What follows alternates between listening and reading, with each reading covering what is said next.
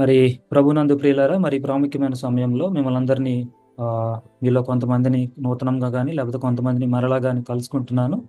Specially క్రీస్తు మనము సంఘం అనే ఈ సిరీస్లో భాగంగా మిమ్మల్ని అందరినీ కలుసుకోవడం మరి మరి ఆనందకరమైనటువంటి విషయము.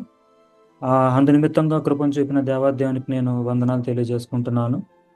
ఆన్ దాట్ నోట్, మరి నా జీవితంలో ఈ ఆధ్యాత్మిక కోణంలో లేదా ఆధ్యాత్మిక దిశగా మరి చాలామంది మరి ప్రత్యక్షంగా కానీ పరోక్షంగా కానీ వివిధ రూపేణ మరి వారు నాకు ఆదరణకరంగా, ఆశీర్వాదకరంగా, ప్రోత్సాహకరంగా, కొంతమంది అయితే ఇన్స్పిరేషనల్ పర్సనాలిటీస్గా ఉన్నారు. ఉండి మరి నన్ను దేవుడి వైపు నడిపించారు. మరి వారందరికీ కూడా ప్రభు పేరిట వందనాలు. మరి ఆ విధంగా వారిని నా వైపుకో లేదా నన్ను వారి వైపుకో నడిపిన గైడ్ చేసింది భగవంతుడే కాబట్టి క్రెడిట్ మరి ఆయన అకౌంట్లోకి నేను వేస్తా ఉన్నాను. అలాగే మరి ఈ ఫెలోషిప్కి సంబంధించి, ఈ సిరీస్కి సంబంధించి మరి మున్నన్న కూడా నాకు సపోర్ట్ చేస్తూ ఉన్నారు కాబట్టి వారికి కూడా నేను ప్రభు పేరిట వందనాలు తెలియజేసుకుంటా ఉన్నాను. మరి my dear friends, welcome to the second session లేదా second episode in this series called క్రీస్తు మనము సంఘము. మరి అలాగే జాయిన్ అయిన బ్రదర్ రోహిత్ గారికి కూడా మరి నేను ప్రభు పేరిట వందనాలు తెలియజేసుకుంటున్నాను. మరి ఈ సిరీస్లో భాగంగా మొదటి టాపిక్గా the divine plan action blessings మనం చదువుతా ఉన్నాము. దానికి సంబంధించి కూడా ఇది మరి సెకండ్ ఎపిసోడ్ లేదా సెకండ్ సెషన్ అని అనుకోవచ్చు. మరి క్విక్ రీక్యాప్ ఇచ్చి ఇవాళ సెషన్లోకి వెళ్ళిపోదాము. మరి మనం పోయినసారి నేను మాట్లాడుతూ ఉన్నప్పుడు మరి కొన్ని మాటలు ముందు మాటగా పొందుపరిచి ఆ తర్వాత ఇంట్రడక్షన్స్ అనే ఒక సెక్షన్ తెచ్చి దాని కింద కొన్ని ఇంట్రడక్షన్స్ లేదా ఓవర్వ్యూ మీకు చూపించి ఆ టాపిక్లోకి తీసుకువెళ్తానని చెప్పాను. సో ఇక్కడ మనం గుర్తుపెట్టుకోవాల్సినటువంటి స్క్రీన్ ప్లే లేదా స్క్రీన్ ఆర్డర్ కైండ్ ఆఫ్ ఏంటి అంటే ఒక్కొక్కసారి ఒక్కొక్క టాపిక్ గురించిన కైండ్ ఆఫ్ దాని బ్యాక్గ్రౌండ్, వేరియస్ ఆస్పెక్ట్స్లో బ్యాక్గ్రౌండ్ తెలుసుకుని డాట్స్ కనెక్ట్ చేసుకుంటూ టాపిక్లోకి వెళ్ళటం ఒక రకమైన స్క్రీన్ ప్లే అయితే, డైరెక్ట్గా టాపిక్లోకి వెళ్ళి ఆ తర్వాత బ్యాక్ అండ్ ఫోర్త్ డాట్స్ని కనెక్ట్ చేసుకోవడం మరొక రకమైన స్క్రీన్ ప్లేగా మనం చూస్తాము. కొన్ని టాపిక్స్ని విశదీకరించి మాట్లాడాల్సిన అవసరం ఉంది కాబట్టి సపరేట్ టాపిక్స్గా కూడా నేను తీసుకుంటాను. మరి ఇంట్రొడక్షన్లో భాగంగా మొదట మరి నా గురించి నేను ఇంట్రొడ్యూస్ చేసుకున్నాను. మరి క్విక్గా చెప్పాలంటే మరి ఆనాడు చెప్పినట్టు మరి నేను బలహీనుడిని, చేతకాని వాడిని, అవకాశవాదిని, అన్నిటికీ మించి ఘోరపాపినైన నేను ఇంకా బ్రతుకున్నాను, నా లైఫ్ సర్వైవ్ అవుతుంది, సస్టైన్ అవుతుంది, లేదు ఇవాళ ఇలా మిమ్మల్ని కలుసుకున్నానంటే కారణం భగవంతుని కృప, మరి ఆయన చిత్తానుసారమైన దయా సంకల్పం. అంతకు మించి నేను మాట్లాడడానికి నా గురించి ఏం లేదు. కానీ నా జీవితంలో భగవంతుడు మరి వివిధ అనుభవాల గుండా నేర్పిన కొన్ని పాఠాలు ఉన్నాయి. ఆ ప్రాసెస్ గుండా కొన్ని కీ టేక్ అవేస్ ఉన్నాయి. అంటే కొన్నిటికి సంబంధించి ఎట్లా అంటే భగవంతుడు మరి ఆయన తెరిచిన దారులు కానీ, డోర్స్ కానీ, కల్పించిన వ్యక్తులు కానీ, పరిస్థితులు కానీ, మరి వాటన్నిటిని బేరీజ్ వేసుకుంటూ ఆ లెర్నింగ్స్ని, ఆ కీ టేక్ అవేస్ని మరి ఒక స్ట్రక్చర్డ్ వేగా ఉండేలాగా ఒక ఉపయోగకరమైన అవుట్పుట్గా మార్చి మరి నేను దాన్ని డాక్యుమెంట్ చేసుకోవాలనే ఆబ్జెక్టివ్స్ బేస్ మీదుగా నాదైన చిన్న గాస్పెల్ మిషన్లో వర్క్ చేస్తున్నాను అని చెప్పాను. అందులో భాగంగా మరి ఒక పక్క పాటలు చేస్తున్నాను, మరి ఈ పక్కగా ఈ విధమైన సిరీస్ స్టార్ట్ చేయడం జరిగింది. ఇంకొక పక్క డిఫరెంట్ అటెంప్ట్స్ ఏవో నా వంతు ప్రయత్నం నేను చెప్పాలంటే అది పెరుగులాడుతున్నాను అనే విధంగానే చెప్పడం జరిగింది. అందు నిమిత్తంగా మీ ప్రార్థన సాయాన్ని నేను కోరటం జరిగింది. ఏంటంటే ఏదో పాస్టర్ ప్రీచర్ అనే కాదు, కానీ 2 డైమెన్షనల్ పర్పస్ అనమాట. ఏంటంటే ఇట్లా చేయడం ద్వారా ఇదే నాకు తిరిగి మరలా ఏ రూపేణైనా మరలా ఆధ్యాత్మిక జీవితానికి ఇది తోడ్పడాలి. రెండో డైమెన్షన్ ప్రభు చిత్తమై మరి నా వంటి బలహీనుడికో లేదంటే నాలాగా సిమిలర్ ఆర్ ప్యారలల్ ఎక్స్పీరియన్స్ ఉన్న వాళ్ళకి ఇది సహాయపడితే బాగుండని ఒక ఆశ. మరి మా బ్రతుకులో పాటలో మరి మీరు ఇంకా కొంచెం డీటెయిల్డ్గా ఇంట్రడక్షన్ కానీ లేకపోతే నా కైండ్ ఆఫ్ టెస్ట్ మనీ కానీ మీరు చూడొచ్చు అని చెప్పాను. మరొకసారి మీరు వీలైతే ఆ పాటను మీరు చూడండి. అండ్ దెన్ టాపిక్కి సంబంధించినటువంటి ఇంట్రడక్షన్ మనం ఇవ్వటం జరిగింది. The divine plan actions blessings, ఎఫీసీలు రాసిన పత్రిక 3 అధ్యాయాలను బేస్ చేసుకున్నప్పటికీ ఇందాక చెప్పినట్టు మనము స్క్రీన్ ప్లే స్ట్రక్చర్ని ఫాలో అవుతాం. ఒకసారి స్ట్రైట్ అవే ఆ టాపిక్స్ మీదుగా వెళ్తాం, ఒక్కోసారి బ్యాక్ అండ్ ఫోర్త్ వెళ్తామని చెప్పాము. Not only this chapter but old testament, new testament కూడా మనం కలిపి తీసుకుంటాం. మరి ఎఫీసీలు పత్రిక కాబట్టి ఎఫెస్ పట్టణం గురించిన మరి చారిత్రాత్మక ఆధారాలతో కూడిన ఒక విర్చువల్ టూర్ మనం లాస్ట్ టైం చూడడం జరిగింది. మరి ఇక్కడి నుంచి మరి మనము చూద్దాం ఇవాళ. సో సెకండ్ సెషన్కి మీ అందరికీ స్వాగతం. మరి ఈ ఎఫ్ఎస్సి పత్రిక గురించిన కొన్ని విషయాలు వాళ్ళు పంచుకుందాము మీతో. ఏంటంటే ఈ పత్రికని మరి ఎలా ఏ విధంగా మరి పరిగణించడం, అభివర్ణించడం జరుగుతూ ఉందంటే, పౌలు రాసిన పత్రికల్లో ఇది క్వీన్ వంటిది, లేదంటే క్రౌన్ వంటిది, స్పిరిచువల్లీ చాలా రిచెస్ట్ బుక్, థర్డ్ హెవెన్కి తీసుకెళ్ళినటువంటి ఎపిస్టలు, అని చెప్పి దీన్ని మరి పరిగణించడం జరుగుతూ ఉంది. నిజంగానే దీంట్లో అంత స్టఫ్ ఉంది అండ్ యాజ్ వెల్ యాజ్ అంత టఫ్గా ఉన్నటువంటి బుక్ ఇది. నా ఒపీనియన్లో అయితే నాట్ ఓన్లీ దిస్ బుక్, ఈయన రాసిన అన్ని పుస్తకాల్లోనూ కూడా ఆ మాదిరి టఫ్ స్టఫ్ రెండు ఉంటాయి. మరి ఎందుకంటే పౌల్ గారు అన్ని పుస్తకాల్లోనూ కూడా దాదాపుగా మ్, ఏంటంటే థియలాజికల్ ఆస్పెక్ట్లో కానీ డాక్టరినల్ ఆస్పెక్ట్లో కానీ మరి ఆయన చేసిన పాయింట్స్ కానీ లేకపోతే లేవనెత్తిన ప్రశ్నలు కానీ ఆనాటి నుండి ఈనాటి వరకు కూడా మరి డిఫరెంట్ లెవెల్స్లో డిఫరెంట్ డిస్కషన్స్, ఆర్గ్యుమెంట్స్, డిబేట్స్, మరి డిఫరెంట్ ఇల్లస్ట్రేషన్స్, ఎక్స్ప్లెనేషన్స్, ట్రాన్స్లేషన్స్, మరి పాజిబులీ దగ్గరగా ఉండే కన్క్లూజన్స్ డ్రా చేస్తున్నారు. కానీ పౌలు యొక్క దృక్కోణాన్ని ఇది ఇది ఇది 100% ఇదే అని కానీ లేకపోతే ఇదే అని ఎవడు డీకోడ్ చేయగలిగింది కానీ లేకపోతే ధృవీకరించింది కానీ లేదు. ఏంటంటే ప్రభు వారికి ఇచ్చినటువంటి జ్ఞానము, విఘ్నత, లేకపోతే వారికి ఇచ్చిన ప్రత్యక్షత, అలాగే చారిత్రాత్మక ఆధారాలు, అలాగే వారి జీవిత అనుభవాలకి ఇట్లా డిఫరెంట్ సోర్సెస్ని ఆధారంగా చేసుకుని వారి పాసిబుల్ కన్క్లూజన్స్ ఇవ్వడమే తప్ప ఇది ఎగ్జాక్ట్గా ఇది అనేది ఎవరు చేయలేకపోయారు. ఇంకా జరుగుతూనే ఉన్నాయి. మరి అలాగే ఆ పౌల్ గారి రచనలు ఒక రకంగా చెప్పాలంటే కాంప్లికేటెడ్, కొంచెం డీప్ ఉంటాయి, కాంట్రవర్షియల్గా కూడా ఉంటాయి. ఉదాహరణకి ఏంటంటే ఇదే పుస్తకంలో మొదటి అధ్యాయంలో అంటే ఎఫీసీల పత్రికలో ప్రీడెస్టినేషన్, ఎలక్షన్, చూజన్ అనే పదాలు వాడడం వల్ల మరి క్రైస్తవ్యము ఆనాటి నుంచి ఈనాటికి కూడా కల్వినిజం వర్సెస్ నాన్ కల్వినిజం అనే రెండు తెగలుగా విడిపోయి, అఫ్ కోర్స్ వాటి కింద చాలా చాలా తెగలు పుట్టుకొచ్చేసాయండి.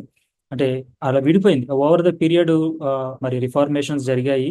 మరి రెండింటినీ బ్యాలెన్స్డ్గా చూసే గ్రూపులు ఉన్నాయి. వీళ్ళంతా కాకుండా అక్కల్ట్ గ్రూప్ వేరే వచ్చేసింది.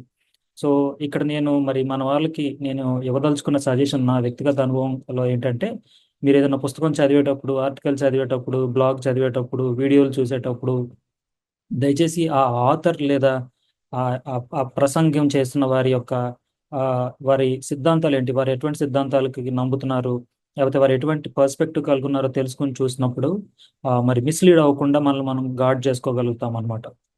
ఓకే.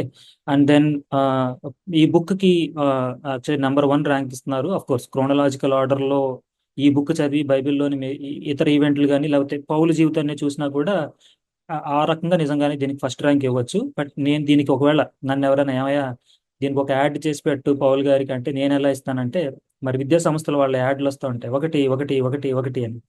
ఒకటిలోపు 10 ర్యాంకులు మావే అంటారు కదా, అలాగా పౌల్ గారి పుస్తకాలన్నిటికీ ఒకటిలో 10 ర్యాంకులు ఈయనకి ఇచ్చేయచ్చు. ఈ బుక్ని మాత్రం క్రోనలాజికల్ ఆర్డర్లో ముందు పెట్టుకోవచ్చు. మరి మిగతా విషయాలకు వచ్చేస్తే అసలు ఈ పుస్తకం ఎఫెస్ వారికి రాయలేదు అనే వాదన మరి ఉండింది. దానికి వారు ఈ హిస్టారికల్ ఎవిడెన్సెస్ని అలాగే స్క్రిప్చరల్ ఎవిడెన్సెస్ని కూడా తీసుకుని మాట్లాడడం జరుగుతుంది. వన్ ఆఫ్ ద ఎవిడెన్స్ ఏంటంటే స్క్రిప్చర్ అంటే మాన్యుస్క్రిప్ట్స్ అనమాట. ఈ టాపిక్ గురించి నేను ఫ్యూచర్లో ఇంకా కొంచెం డీటెయిల్డ్గా సింప్లిఫై చేసి మాట్లాడాలని ఆశ కలిగి ఉన్నాను. ఎందుకంటే చాలా విషయాలు ఉన్నాయి కాబట్టి సింప్లిఫై చేసి మాట్లాడుతాను. ఏంటంటే మనకి ఇప్పుడు ఈ బైబిల్ క్యాననైజేషన్ అవ్వడానికి ఈ మాన్యుస్క్రిప్ట్లే దోహదపడ్డాయి. మరి బైబిల్ ఒక గ్రంథంగా కలిగి ఆ గ్రంథం లోపల అన్ని పుస్తకాలు ఉండటం, లేకపోతే కొన్నిటిని ఒమిట్ చేయడం, ఇదంతా ఒక ప్రాసెస్. దాని గురించి నేను ఇందాక చెప్పినట్టు తర్వాత సారి ఇంకొకసారి ఎప్పుడైనా టాపిక్ తీసుకుంటాను. సో ఏం జరిగిందంటే అంటే ఓల్డ్ టెస్ట్మెంట్ అంతా కూడా మనకి స్క్రాల్స్లో ఉండేది, సినగాగుల్లో వాళ్ళు చదివేవాళ్ళు, లేదా చర్మాల మీద కానీ లేకపోతే డిఫరెంట్ పేపర్స్ మీద కానీ లీవ్స్ మీద కానీ రాసుకుని పెట్టుకునేవాళ్ళు. ఒక పాయింట్ తర్వాత ఎప్పుడైతే గ్రీకుల కాలంలో హెలెనిస్టిక్ పీరియడ్ వచ్చినప్పుడు ఏం జరిగిందంటే బైబిల్ అంటే ఓల్డ్ టెస్ట్మెంట్ స్క్రిప్చర్స్ అంతా కూడా గ్రీక్లోకి తర్జుమా గావించబడింది. దాన్ని సెప్టువాగెంట్ LXX అని చెప్పబడతా ఉండింది. ఆ తర్వాత దాని తాలూకు ప్రతులు ప్రతికి ప్రతి అంటే ఎవడికి వాడు కాపీ తీసుకుని వాడు పెట్టుకున్నాడు. మరి ఆ కాపీస్ ఓవర్ ద పీరియడ్ ఏమైపోయిందంటే రీఫైన్ అయిపోయింది, లేకపోతే మాడిఫై చేయబడి మరి కాలక్రమేణా అవి కూడా మరి కొంచెం ఏమంటారు పాతబడిపోవడం లేకపోతే డిస్ట్రాయ్ అయిపోవడం చేత ఎంతవరకు దొరికిందో వాటన్నిటిని అన్ని మాన్యుస్క్రిప్ట్ని బేస్ చేసుకుని బైబిల్ని ఫామ్ చేసినారు. ఇప్పుడు ఈ ఎఫీసీ పత్రిక సంబంధించి ఇవి డిఫరెంట్ మాన్యుస్క్రిప్ట్స్లు. ఇప్పుడు ఈ అలెగ్జాండ్రియనస్ మాన్యుస్క్రిప్ట్లో ఏంటంటే జనరల్గా పౌల్ గారి రచనా శైలి ఎలా ఉండేది అంటే, ఆ లెటర్లో అంట ఈ సెకండ్ లైన్లో ఏ సంఘం వారికి అనేది మెన్షన్ చేయడము, ఆర్ లేకపోతే అండ్ రెండు సినారియోస్ ఉన్నాయి. ఈ కింద 1, 2, 3 వచనాలకు వచ్చేటప్పటికి ఆ పలానా సంఘం వారికి, లేకపోతే ఫర్ ఎగ్జాంపుల్ మున్ని అనుకోండి, మున్ని సంఘం వారికి పౌలు నేను రాస్తున్నాను అని చెప్పి మున్ని బాగున్నాడా, చందన బాగుందా, లత బాగుందా అని అట్లా వాళ్ళ పేర్లు ప్రస్తావిస్తూ రాసే రచనా శైలి పౌలుది అనమాట. అయితే కొన్ని మాన్యుస్క్రిప్ట్లోనేమో ఇది ఉంది, కొన్ని మాన్యుస్క్రిప్ట్లో ఏమో అది మాయమైపోయింది. అలాగే ఆ ఎఫీసీయులకు రాసిన పత్రిక మొదటి వచనం ఇందాక మనం చదివాం కదా, ఎవరైనా క్విక్గా ఒకసారి మళ్ళీ చదువుతారా అండి? ఎఫెసీ పత్రిక మొదటి దేవుని అధ్యాయం చిత్తము మొదటి వలన వచనం. దేవుని చిత్తము వలన క్రీస్తు యేసు అపోస్తులుడైన పౌలు ఎఫెసులోనున్న పరిశుద్ధులను క్రీస్తు యేసునందు విశ్వాసులునైన వారికి శుభమని చెప్పి వ్రాయినది. ఉమ్. ఈ పరిశుద్ధులు క్రీస్తు యేసు గురించి మనం ఎలాగో ఈ పత్రిక లోపలికి వెళ్ళిన తర్వాత డిస్కస్ చేస్తాం. ఇప్పుడు మెయిన్ కన్సర్న్ ఇది. ఈ ఎఫెసులోనున్న అనే పదం కూడా లేదు అనేది మరొక వాదన. ఎందుకంటున్నారంటే ఇప్పుడు ఈ అలెగ్జాండ్రినస్ మేనుస్క్రిప్ట్ లో ఎఫీసీయులకు అనబడేది ఈ పదం అండి. ఇంకొక మేనుస్క్రిప్ట్ లోకి వచ్చేటప్పటికి ఈ హెడ్డింగ్ పోయింది. కానీ మరి అది యాడ్ చేశారో రీఫైన్ చేశారో తెలియదు, కానీ ఎఫీసీయులకు అనబడే పదం ఈ సినాటికస్ మేనుస్క్రిప్ట్ లోనేమో రైట్ సైడ్, వాటికానస్ మాన్యుస్క్రిప్ట్ అనేమో లెఫ్ట్ సైడ్ కి రాయబడింది. సో మాన్యుస్క్రిప్ట్స్ అన్నిటిని బేస్ చేసుకుని బైబిల్ రీఫైన్ చేస్తున్నప్పుడు వీళ్ళంతా ఏమంటారంటే స్కాలర్స్, ఇది కానీ మిస్ అయింది కాబట్టి ఇది అసలు ఎఫీసీలకు రాయలేదు, జనరలైజ్డ్ లెటరు. ఇంకా ఓల్డ్ మాన్యుస్క్రిప్ట్స్ లో అయితే ఇక్కడ ఒక స్పేస్ వదిలేశాడు, అంటే ఒక జనరలైజ్డ్ లెటర్ ఏ సంఘంలోనైనా చదువుకోగలిగే ఒక లెటర్ కింద మరి దాన్ని వాడు పరిగణించారు. అలాగే ఆ వాటికానస్ మాన్యుస్క్రిప్ట్ ని జూమ్ చేసినప్పుడు ఇక్కడ అది ఉంది 2 FS. ఇప్పుడు ఈ ఈ ఈ వాక్యం ఏం చదువుతుంది ట్రాన్స్లేషన్ అంటేనంట టువర్డ్స్ ఎఫెసెస్ లేదా 2 FSS అని చదవబడుతుందంట.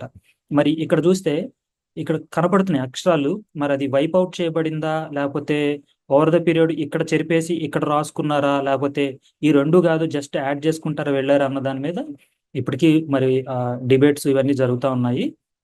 ఆ మరి ఇంకొకటి ఏంటంటే ఈ అలెగ్జాండ్రియస్ మాన్యుస్క్రిప్ట్ లో పైన ఉంది, ఇక్కడ ఎఫ్ఎస్సి పత్రిక అని ఉండింది అనమాట. సో పాసిబుల్ సెంటెన్స్ కన్స్ట్రక్షన్ ఏంటంటే మేబీ ఇనిషియల్ మాన్యుస్క్రిప్ట్ లో ఇక్కడ బ్లాంక్ ఉంది, సో అక్కడ ఆ, ఏ పేరైనా పెట్టుకోవచ్చు. ఇది ఎఫ్ఎస్సి అనే అర్థం అన్నమాట. ఏ పేరైనా పెట్టుకుని చదివే లెటరు అని అంటున్నారు, లేదు ఓవర్ ద పీరియడ్ యాడ్ చేసుకుంటా వచ్చారు అని. అయితే ఈ ఎఫ్ఎస్సి అనేది యాడ్ చేయబడింది అన్నదానికి వారు ఇంకొక వాదన ఏం చెప్తారు అంటే, దానికి ముందు స్క్రిప్చర్ చూద్దాం. కొలసీలకు రాసిన పత్రిక 4వ అధ్యాయము 7 నుంచి 9 వచనాలు, 16వ వచనం. కొలసీలకు రాసిన పత్రిక 4వ అధ్యాయము 7 నుంచి 9 వచనాలు, 16వ వచనం. కొంచెం ఎవరైనా క్విక్ గా. ప్రియ సహోదరుడును ప్రభువునందు నమ్మకమైన పరిచారకుడును నా తోడి సేవకుడునైన తుకీకు నన్ను గూర్చిన సంగతులన్నీ మీకు తెలియచేయును. మీరు మా స్థితి తెలుసుకొనున్నట్లును మీ హృదయములను అతడు ఆదరించినట్లును అతనిని అతనితో కూడా నమ్మకమైన ప్రియ సహోదరుడైన ఒనేసిమును నీ వద్దకు పంపుచున్నాను. ఇతడు మీ వద్ద నుండి వచ్చిన వాడే. వీరిక్కడి సంగతులన్నీ మీకు తెలియజేతును. అలాగే ఎఫెసీయులకు రాసిన పత్రిక 6వ అధ్యాయము 21వ వచనం.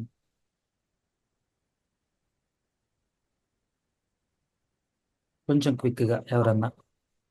మీరును నా క్షేమ సమాచారం అంతయు తెలుసుకొనుటకు ప్రియ సహోదరుడును ప్రభువునందు నమ్మకమైన పరిచారకుడునైన తూకికు నా సంగతులని మీకు తెలియజేయును. ఇప్పుడు ఈ తుకీకు వీళ్ళందరి గురించి నేను అంటే ఇంత కొన్ని స్కిప్ చేస్తున్నాను కదా, ఈ స్కిప్ చేసే టాపిక్స్ అన్నీ కూడా మరి భగవంతుడు దయతలిస్తే ఇంకొంచెం బాగా నేర్చుకుని ఇంకొంచెం సింప్లిఫై చేస్తూ నేను రానున్న దినాల్లో నేను కవర్ చేస్తాను. ప్రస్తుతానికి మనకి ఇక్కడ సందర్భానుసారంగా ఏది ఉందో అది మాట్లాడుకుందాం. మరి ఈ తుకీకు అనే ఆయన మరి పౌలుకి ఒకలాంటి మెసెంజర్, రోమ్లోంచి మరి మనడు లెటర్ రాసినప్పుడు పట్టుకొస్తా ఉంటాడు అనమాట. సో ఇక్కడ ఇందులో మెన్షన్ చేసినట్టుగా తుకీకుకి 2 లెటర్స్ ఇచ్చి పంపుతున్నాడు. సో ఇప్పుడు వీళ్ళు ఇది ఎఫ్ఎస్కు రాయలేదు అనడానికి వాదించడానికి వీళ్ళు ఏం చెప్తున్నారంటే, పౌలు రాసే లెటర్స్ కి యూసేజ్ ఎలా ఉండిందంటే సైక్లికల్ లేదా సర్క్యులర్. అనగా ఏంటంటే ఫర్ ఎగ్జాంపుల్ పౌలు ఇప్పుడు ఇక్కడ కొలసి వారికి లౌదీకే వారికి రాశాను అన్నాడు కదా, అలాగే మున్నన్నకి నాకు రాశాడు అనుకోండి. నాకు రాసిన లెటర్ నేను మున్నన్నకి పంపించాలి, మున్నన్నకి రాసిన లెటర్ నాకు పంపించి మేము ఇద్దరం చదువుకుని అలా మా దగ్గర కాపీ పెట్టుకోవాలి. ఇది ఒక రకమైన సర్క్యులర్. రెండవది ఇందాక మరి బ్లాంక్ స్పేసే పెట్టుంచాడు జనరలైజ్డ్ లెటర్ అన్నారు కదా, అలా పెట్టినప్పుడు ఏంటంటే ఏ సంఘంలోకి వెళ్తే వారి పేరు చదువుకోవడం. అంటే ఇప్పుడు ఆ కాపీ మున్నన్న దగ్గరికి వస్తే ప్రియమైన మున్నికి పౌలు అని నేను రాయినది, నా దగ్గరికి వస్తే ప్రియమైన రాజేష్ కానీ, లేకపోతే అజూబా గారి దగ్గరికి వస్తే ప్రియమైన అజూబా అని, లేకపోతే డాటక్ అని, ఇలా పేర్లు మార్చుకుంటా చదువుకునే సర్క్యులేటర్ లెటర్ అని. అలాగే లౌదీక్య సంఘం అని మరి కొలసీలో మెన్షన్ చేశాడు కదా, కాబట్టి అసలు ఇది ఎఫ్ఎస్సీలకు రాయాలా లౌదీక్య వారికి రాశాడు. వెన్ వెన్ హీ సే లౌదీక్య, మరి లౌదీక్య ఎఫ్ఎస్ఎస్సి ఇవన్నీ కూడా దగ్గరగా ఉండే ప్రాంతాలు అప్పట్లో, కాబట్టి అక్కడ ప్రజలందరినీ దృష్టిలో పెట్టుకుని రాశాడు అనే వాదన వినిపిస్తూ ఉండింది. నన్ను వ్యక్తిగతంగా అడిగితే ఇది ఎఫ్ఎస్సికి రాశాడా ఇంకొకరికి రాశారా నాకు పెద్ద ఫరక్ పడదు. ఎందుకంటే ఇందులోని కంటెంట్ యాక్చువల్లీ పౌలు అపోస్తలుడని పౌలుగా ఎందుకు మారాడు అనే దాని గురించిను, ఆ డివైన్ ప్లాన్ ఏంటన్న దాని గురించి చాలా బలంగా మాట్లాడతాడు. కాబట్టి యూనివర్సల్ టాపిక్. బట్ కాకపోతే మనం దానికి సంబంధించిన రాజకీయమైన లేకపోతే మతపరమైన హిస్టారికల్కి సంబంధించిన బ్యాక్గ్రౌండ్ కూడా కొంచెం దృష్టిలో పెట్టుకుని చదివితే సరిపోతుంది. ఇక రెండవ ఆర్గ్యుమెంట్ లేదా మూడవ ఆర్గ్యుమెంట్ ఏంటంటే, బాబు ఇది పౌలు గారు రాయలేదు అని మొదలు పెట్టారు. దానికి వన్ ఆఫ్ ద రీజన్ ఏంటంటే, ఇప్పుడు ఎవరైతే తుకీకు తెస్తున్నాడో అతగాడు కానీ లేకపోతే పౌలు తర్వాత పౌలు యొక్క వ్యూని బలంగా మరి జనాల్లోకి చూపించడం కోసంగా వేరే ఇంకొకరు ఎవరో అది రాశారనే వాదన ఉండింది. ఎందుకంటే అసలు ఇక్కడ ఎవరికి సంఘానికి రాస్తున్నాడో మెన్షన్ చేయలేదని, లేకపోతే ఇందాక చెప్పినట్టు ఆ సంఘంలోని ఫలానా 2-3 పేర్లన్నా ప్రస్తావించలేదని, లేకపోతే లోకల్ చర్చ్లో ప్రాబ్లమ్ని అడ్రస్ చేయకుండా మనోడు యూనివర్సల్ చర్చ్ గురించి మాట్లాడుతూ ఉంటాడు. అది మనం రాబోయే దినాల్లో చూస్తూ ఉంటాం. దాని గురించి మాట్లాడడం వల్ల ఇది పౌలు రాయలేదనే వాదన ఉండింది. మరి ఇప్పటికైతే నాకు తెలియదు, దాని ఆన్సర్ తెలియదు, కానీ మరి చూద్దాం, భగవంతుడు రేపు మరి ఎప్పుడన్నా మనకి సహాయపడితే దాని గురించి ఎప్పుడన్నా మళ్ళీ మాట్లాడతాం. అండ్ దెన్ పౌలు అన్నాం కదా, ఒకసారి పౌలు గారిని కూడా పలకరించేద్దాము. ఎలా పలకరిద్దామంటే, పౌలు ఎఫీసీలకు తను తాను అయితే ఒక చిన్న స్టాప్ ఎవరన్నా మున్నా, నాకు ఇంకా ఎంత టైం ఉందన్నా? నో ప్రాబ్లం, మాట్లాడినా లేదు అంటే ఎక్కడ ఫుల్ స్టాప్ పెట్టుకోవాలి ఒక ఐడియా కోసం. నీకు ఇంకా 12 నిమిషాలు 13 నిమిషాలు టైం ఉంది. రైట్. పౌలు గారు తాను ఎఫీసీలకి ఎలా పరిచయం చేసుకుంటాడంటే, ఇందాక మనం చూసిన వాక్యమే మరొకసారి ఎఫీసీలకు రాసిన పత్రిక మొదటి అధ్యాయము 1వ వచనం మరొకసారి ఎవరన్నా చదవండి. దేవుని చిత్తము వలన క్రీస్తు యేసు అపోస్తలుడైన పౌలు ఎఫెసులోనున్న పరిశుద్ధులను క్రీస్తు యేసునందు విశ్వాసులనైన వారికి శుభమని చెప్పి వ్రాయినది. మన తండ్రి దేవుని నుండి ప్రభువైన యేసుక్రీస్తు నుండి మీకు కృపయు సమాధానమును కలుగునుగాక. రైట్. నేను ఇందాక మరి ఎఫెసీ పత్రిక గురించి చెప్పినప్పుడు పౌలు రైటింగ్స్ లో మనం విత్ ఇన్ ఈచ్ వర్స్ లో కూడా వెళ్ళి బైఫర్కేట్ చూసుకోవాల్సి ఉంటుందని మీకు చెప్పాను కదా. ఇప్పుడు అది ఇక్కడ చూద్దాము. తెలుగు బైబిల్లో రైట్ నుంచి లెఫ్ట్ కి బైఫర్కేషన్ చేసుకుందాం. ఇంగ్లీష్ లో యాక్చువల్లీ లైట్ గా బైఫర్కేట్ చేసింది లెఫ్ట్ టు రైట్. ఎవరైనా పౌలు, ఏ పౌలు? అపోస్తలుడైన పౌలు. ఏ అపోస్తలుడు? మ్యాన్ మేడో సెల్ఫ్ మేడో కాదు, క్రీస్తు యేసు అపోస్తలుడైన పౌలు. So that's his title and that's his role. అయితే ఇది ఎందుకు అయ్యాడు? దేవుని చిత్తం వలన అయ్యాడు. ఇట్లా మనం చదువుకోవాల్సిన ఆవశ్యకత ఉండింది పౌలు రైటింగ్స్. సో దీంట్లో 2 మీనింగ్స్ కింద నేను చూడగలిగాను. దేవుని చిత్తం వలన క్రీస్తు యేసు అపోస్తలుడైన పౌలు నేనయ్యాను. ఇప్పుడు అదే పౌల్ని నేను దేవుని చిత్తం వల్ల ఎఫెస్లో ఉన్న మీకు నేను రాస్తున్నానని చెప్పి మరి మనవాడు తను తాను పరిచయం చేసుకున్నాడు, లేదా గట్టిగా బల్లగుద్ది చూపించుకుంటున్నాడు. సరే, పౌలు అంటున్నాం కదా. పౌల్ గురించి మరి డిఫరెంట్ యాంగిల్స్లో డిఫరెంట్ థింగ్స్ మనం చూద్దాము. మరి ముందుగా మరి మనము లాస్ట్ టైం కూడా ఎఫ్ఎస్సి జర్నీ చూసినప్పుడు కూడా అపోస్తుల కార్యాల పుస్తకం ప్లేస్ ఎ కీ రోల్. ఎందుకంటే ఆ జర్నీ అంతా అందులో క్యాప్చర్ చేయబడింది కదా. Majority of the portion Paul గురించే మెన్షన్ చేయబడింది కదా. అయితే పౌలే కాదు, ఇతరుల యొక్క రిమార్కబుల్ వర్క్ కూడా ఉంది. అది ఇందాక చెప్పినట్టు ఇది కూడా కవర్ చేయాలనుకుంటున్నటువంటి టాపిక్కే. మరి ప్రభు కృప చూపితే చూద్దాము. ఇప్పుడు మనం ఏం చేద్దాం అంటే, ఇందాక చదివాం కదా ఫిలిప్పీయులకు రాసిన పత్రిక 3వ అధ్యాయము 4-5 వచనాలు చదవండి. ఫిలిప్పీయులకు రాసిన పత్రిక. కావలేనంటే నేను శరీరమును ఆస్పదము చేసుకొనవచ్చును, మరి ఎవడైనను శరీరమును ఆస్పదము చేసుకొన దలచిన ఎడల నేను మరి ఎక్కువగా చేసుకొనవచ్చును. 8వ దినమున సున్నతి పొంది తిని ఇశ్రాయేలు వంశపు వాడనై బెన్యామీను గోత్రములో పుట్టి హెబ్రీయుల సంతానమైన హెబ్రీయుడనై ధర్మశాస్త్ర విషయము పరిచయుడనై ఆసక్తి విషయము సంగమును హింసించు వాడనై ధర్మశాస్త్రము వలని నీతి విషయము అనింద్యుడనై యుంటిని. ఇక్కడ ఏమేమి ఉన్నాయంటే, చాలండి. ఇక్కడ ఏమేమి ఉన్నాయి? ఇందాక ఏం చూసాం? పౌలు అపోస్తలుడైన పౌలు, క్రీస్తు యేసు అపోస్తలుడైన పౌలు దేవుని చిత్తం వల్ల అని అన్నాడు కదా. ఇక్కడికి వచ్చేటప్పటికి ఏమంటున్నాడు? ఆయన యూదుడు, బెన్యామీను గోత్రానికి చెందిన యూదుడు, హెబ్రీయుడు, రోమియుడు, పార్సీకుడు. మరి వీటి గురించిన మరి మనం అది కూడా కొంచెం చూద్దాము. అయితే ఇవాళ టైం ఎక్కువ లేదు కాబట్టి సింపుల్గా ఈ బెన్యామీన్ గోత్రం గురించిన వరకు చూసి మనం ఇవాళకి ఆఫ్ చేద్దాం. మరి ఈ బెన్యామీన్ గోత్రం గురించి తెలియాలంటే ఒకసారిగా టైం లైన్ షిఫ్ట్ చేసి ఓల్డ్ టెస్ట్మెంట్లోకి వెళ్ళిపోతే ఏమవుతుందంటే, మరి దేవుడు మరి అబ్రహాంతో ఆ యొక్క కోవెనెంట్ చేసుకున్న తర్వాత ఆయన తర్వాత సంతానం అంతా కూడా హెబ్రీయులు అనబడే లేబుల్ కిందకి వెళ్ళిపోయారు.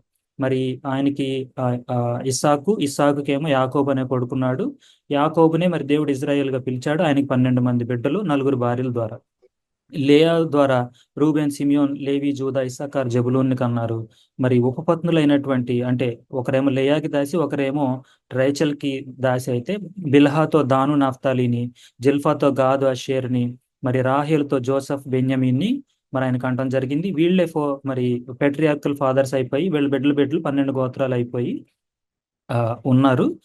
మరి హెబ్రీయులుగా ఈజిప్ట్లో ఉండి మోషే తర్వాత జోషువా చేతగా మరి బయటికి వచ్చి మరి ఏదైతే ప్రామిస్డ్ ల్యాండ్లోకి మరి వాళ్ళు వెళ్ళిపోయినప్పుడు అక్కడ వారందరినీ ఒక ఇజ్రాయేలు అనే ఇజ్రాయేలీలు అనే లేబుల్ కింద మనం పిలవటం జరుగుతుంది. అయితే ఆ ల్యాండ్ డిస్ట్రిబ్యూషన్ విషయంలో కూడా ఏం జరుగుతుందంటే ఆల్రెడీ జరిగిపోయిన కొన్ని పాస్ట్ ఈవెంట్స్ని బేస్ చేసుకున్నట్టుగానే అంటే స్క్రిప్చర్ ఫుల్ఫిల్మెంట్ లానే ల్యాండ్ అలాట్మెంట్ అనేది జరిగింది. రూబేన్ పెద్ద కొడుకు కాబట్టి అసలు ఇతనికి రావాల్సిన దాన్ని ఇతనికి రాకుండా యోసేపుకి వెళ్ళింది. ఎందుకంటే అతను ఒక తప్పు చేశాడు. అది నేను సపరేట్ టాపిక్లో కవర్ చేస్తా. ఇంట్రెస్ట్ ఉన్న వాళ్ళు ఎవరైనా మీరే ఒకసారి ట్రై చేయండి, తెలుసుకోండి. మరి రూబేన్ తప్పు వల్ల యోసేపుకి డబుల్ బెనిఫిట్ వచ్చింది. సిమియోను, లేవికి యాక్చువల్లీ కొంచెం ల్యాండ్ వచ్చింది కానీ బట్ వీళ్ళు దేనా అంటే యాకోబు కూతురు దేనా విషయంలో మరి వీళ్ళిద్దరు ఆవేశపూరితంగా చేసిన ఒక పని వల్ల మరి యాకోబు వీళ్ళిద్దరిని మరి కైండ్ ఆఫ్ కర్స్ వీళ్ళిద్దరికి కూడా. సో వీళ్ళ తరం వాళ్ళు ఏంటంటే స్కాటర్ అయిపోతారు అనే విధంగా మరి ఆయన అనటం జరిగింది. అవన్నీ ఫుల్ఫిల్మెంట్ అయినట్టుగా మరి ఈ ప్రామిస్డ్ ల్యాండ్లో మనం ఆ సెటిల్ అయినప్పుడు మనం చూడడం జరుగుతుంది. సో ఇలా వీళ్ళు ప్రామిస్డ్ ల్యాండ్ని మరి సంపాదించేసుకున్న తర్వాత ఈ 12 గోత్రాలు ఇలా సెటిల్ అయిపోయాయి. సో సిమియోన్ వారు యాక్చువల్లీ ఇక్కడ ఉన్నారు, యోధా, బెన్యామీన్ అంతా సౌత్ సైడ్ ఉన్నారు, ఇక్కడ ఉన్నారని చెప్తున్నారు. కానీ ఓవర్ ద పీరియడ్ ఏమైపోయిందంటే సిమియోన్లో కొంతమంది వెళ్ళిపోయి యోధాలో కలిసిపోతే కొంతమంది వెళ్ళిపోయి పైకి వెళ్ళి ఉన్నారు. మరి ఇక్కడ ఫిలిస్తీన్ల కారణంగా ఈ దాన్ అనేవాళ్ళు ఇక్కడ ఉండలేక చివరికి ఇక్కడికి వచ్చేసారు. కొంచెం ఎక్స్టెండ్ చేసుకుని వీళ్ళు ఇట్లా ఏమంటారు ఇజ్రాయేలీయులు అనబడే లేబుల్ కింద ఇక్కడ ఇలా సెటిల్ అయ్యారు. అందుకని బెన్యామీన్ ఇజ్రాయేలీయుడుగా మనము పౌల్ని చూడొచ్చు ఇక్కడ. అయితే మరి బెన్యామీను యూదుడుగా ఎలా చూడాలి అంటే అది మనం నెక్స్ట్ క్లాస్లో చూద్దాము, ఎందుకంటే టైం లేదు కాబట్టి. మరి నెక్స్ట్ క్లాస్లో అది ఎలా పాసిబుల్ అయిందో అది చూద్దాము. అలాగే ఒక చిన్న క్లిఫ్ హ్యాంగర్, మరి పౌల్ గురించిన ఒక చిన్న వీడియో అంటే వేరే సోర్స్ నుంచి తీసుకున్న వీడియోని మనకి ఈజీగా ఉండేలాగా నేను ఎడిట్ చేసి, అంటే మనం అపోస్తల కార్యాలు చదివేటప్పుడు ఈ ప్లేస్ నుంచి ఆ ప్లేస్ నుంచి వెళ్ళాడన్నప్పుడు కొంచెం విజువల్గా చూసుకోవడం కొంచెం కష్టం అవుద్ది కదా. సో అది నేను ఇట్లా సింప్లిఫై చేయడానికి ట్రై చేశాను. బట్ చూద్దాం, వీలైతే అది చూద్దాము. ఇంకా అవకాశం కుదిరితే అదే రోజున అపోస్తలుడైన పౌలు ఎలా మారాడు అనే క్లెయిమ్స్ని కూడా మనం చూద్దాం. So with that I'm concluding today's session. మరి ప్రభు కృప చూపితే మరి అవకాశం దొరికినప్పుడు మరొకసారి మేము మనం కలుసుకుంటాం. Thank you and God bless you.